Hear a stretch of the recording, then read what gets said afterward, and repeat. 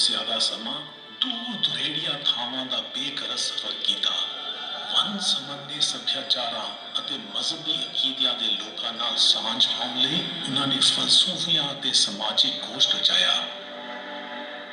ਸ਼ਬਦਾਂ ਅਤੇ ਮੌਸੀਕੀ ਰਾਹੀਂ ਉਹਨਾਂ ਨੇ ਆਪਣਾ ਤਜਰਬਾਤੀ ਗਿਆਨ ਦਿਲਕਸ਼ੀ ਨਾਲ ਵਰਤਾਇਆ।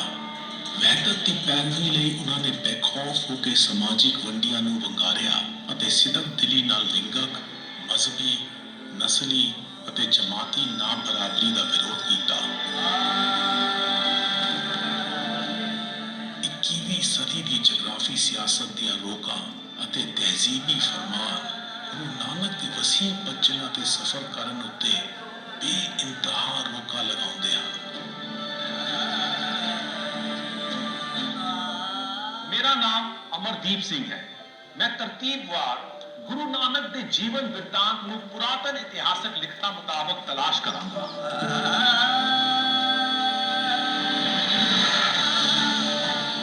ਅਸੀਂ ਪੰਜ ਨਦੀਆਂ ਦੀ ਧਰਤੀ ਪੰਜਾਬ ਦੇ ਰਾਹ ਤੋਂ ਗੁਜ਼ਰੇ, ਸੁੰਦਰ ਬੰਦੀ ਖਾੜੀ ਦਾ ਪੈਂਡਾ ਤੈਅ ਕੀਤਾ, ਸਮੁੰਦਰ ਪਾਰ ਸੰਗਲਾ ਦੀਪ ਜਜ਼ੀਰਾ ਗਏ, ਹਿਮਾਲਿਆ ਦੀਆਂ ਪਹਾੜੀਆਂ ਚੜ੍ਹ ਕੇ ਦੁਨੀਆ ਦੀ ਛੱਤ ਮੇਰੂ ਪਰਬਤ ਤੱਕ ਪਹੁੰਚੇ, ਰੇਤ ਦੇ ਟਿੱਬਿਆਂ ਵਿੱਚੋਂ ਲੰਘ ਕੇ ਹਿਜਾਜ਼ ਦੇ ਰੇਗਿਸਤਾਨ ਆਪਣੇ।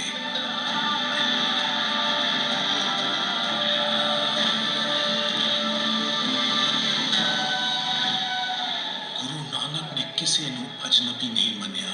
ਉਹਨਾਂ ਦੀ ਰਹਿਨੁਮਾਈ ਵਿੱਚ ਸਾਡੀ ਟੋਲੀ ਦਿਲੋਂ ਹੱਦਬੰਦ ਨਹੀਂ ਰਹੀ ਅਤੇ ਸਫ਼ਰ ਦੀਆਂ ਹੱਦਾਂ ਸਰਹੱਦਾਂ ਪਾਰ ਕਰਦੀ ਰਹੀ। गुरु नानक देव जी ने हमको परम पिता परमात्मा का नाम बताया। उनका नाम एक ओम, सारा संसार असत्य, परमात्मा सिर्फ एक सत्य।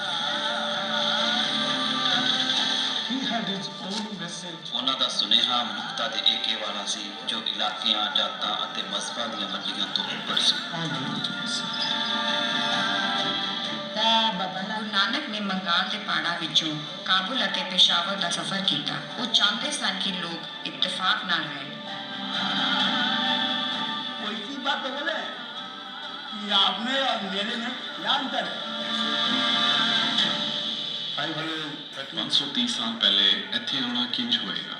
ਅਣਜਾਣ ਧਰਤੀ, ਅਣਜਾਣ ਬੋਲੀ, ਉਹ ਅਸਰ ਕਾਇਮ ਹੀ ਨਹੀਂ ਰਿਹਾ, ਸਗੋਂ ਲਗਾਤਾਰ ਵੱਧਦਾ ਗਿਆ। Permanence, which was carried on।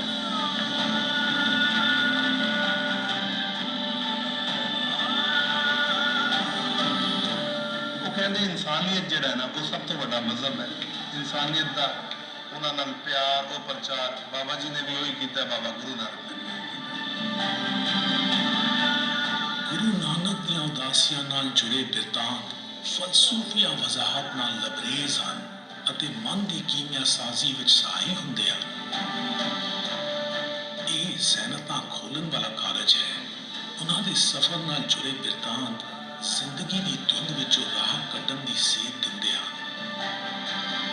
ਸੈਨਤ Guru Nanak ਦੇ ਪੈਂਡਿਆਂ ਦੀ ਰੂਹਾਨੀ ਛਾਪ ਇਹ 24 ਕੜੀਆਂ ਦੀ ਦਸਤਾਵੇਜ਼ੀ ਲੜੀ ਹੈ। ਆਓ ਮੇਰੇ ਨਾਲ ਵਹਿਦਤ ਦੇ ਮੁਜੱਸਮੇ ਗੁਰੂ ਨਾਨਕ ਨੂੰ ਸਮਝਣ ਦਾ ਨਿਮਾਣਾ ਜਿਹਾ ਉਪਰਾਲਾ ਕਰੀਏ।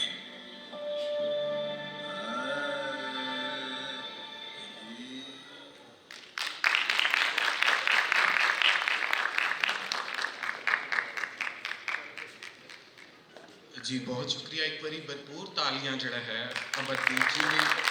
तो यह जी डॉक्यूमेंट्री है दी gurunanack.com के उत्ते भी पई हुई है, वो तो भी तुम देख सकते हो। इस वाले ना गलबात करनगे अमरदीप जी और उन्होंने नाल ने सलीमा ख्वाजा जी। बहुत शुक्रिया दोनों का जी।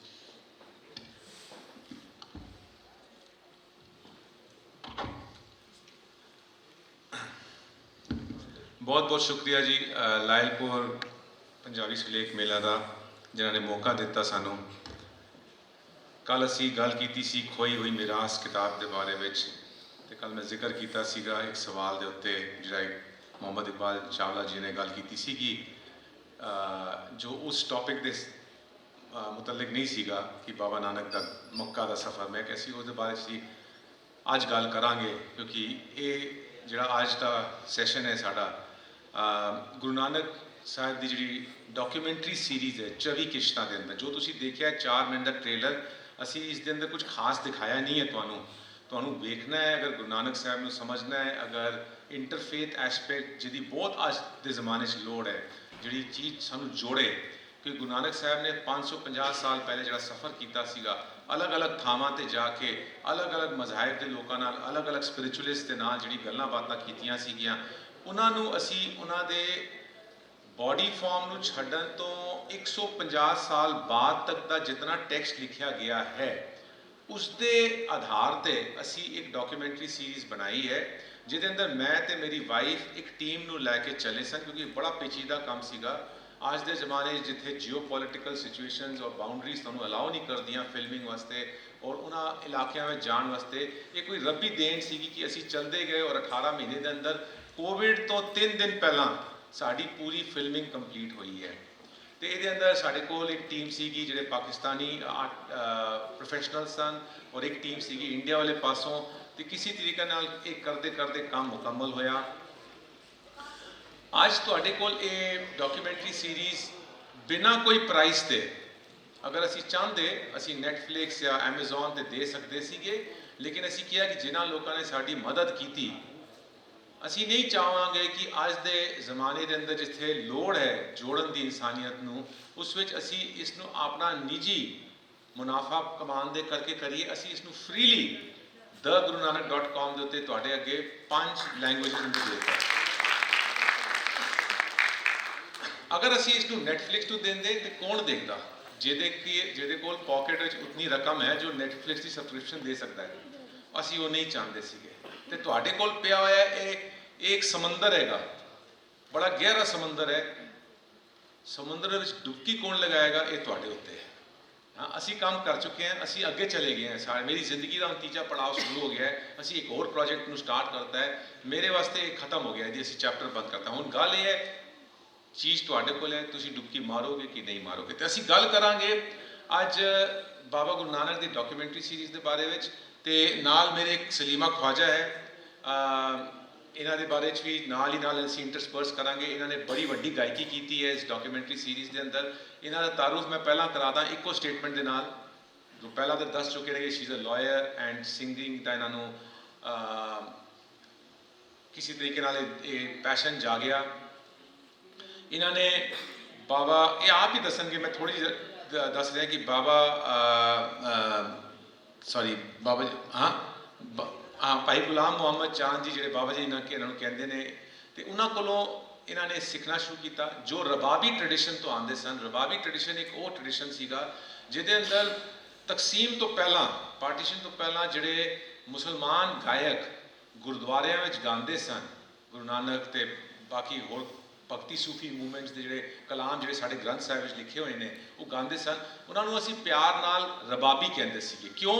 ਕਿਉਂਕਿ ਬਾਬਾ ਗੁਰੂ ਨਾਨਕ ਦੇ ਨਾਲ ਜਿਹੜੇ ਭਾਈ ਮਰਦਾਨਾ 22 ਸਾਲ ਚੱਲੇ ਸਨ, ਉਹਨਾਂ ਨੇ ਸਿਰਫ ਰਬਾਬ ਵਜਾਈ ਸੀ ਉਹਨਾਂ ਦੇ ਨਾਲ, ਤੇ ਉਹਨਾਂ ਦੇ ਨਾਲ ਪੂਰਾ ਰੂਹਾਨੀ ਸਫ਼ਰ ਉਹਨਾਂ ਨੇ ਕੀਤਾ ਸੀਗਾ। ਤੇ ਇਸ ਪਿਆਰ ਦੇ ਨਾਲ ਅਸੀਂ ਉਹਨਾਂ ਨੂੰ ਸਾਰਿਆਂ ਨੂੰ ਰਬਾਬੀ ਕਹਿੰਦੇ ਸਨ। ਉਹ ਰਬਾਬੀ ਟ੍ਰੈਡੀਸ਼ਨ ਦੇ ਸਨ, ਉਹ ਟ੍ਰੈਡੀਸ਼ਨ ਖਤਮ ਹੋ ਗਿਆ, ਤਹਿਸ ਨਹਿਸ ਹੋ ਗਿਆ, ਕਿਉਂਕਿ ਸਾਰੇ ਰਬਾਬੀ ਇਸ ਪਾਸੇ ਆ ਕੇ ਸੁਣਨ ਵਾਲੇ ਉਸ ਪਾਸੇ ਚਲੇ ਗਏ, ਤੇ ਉਹ ਟ੍ਰੈਡੀਸ਼ਨ ਖਤਮ ਹੋ ਗਿਆ।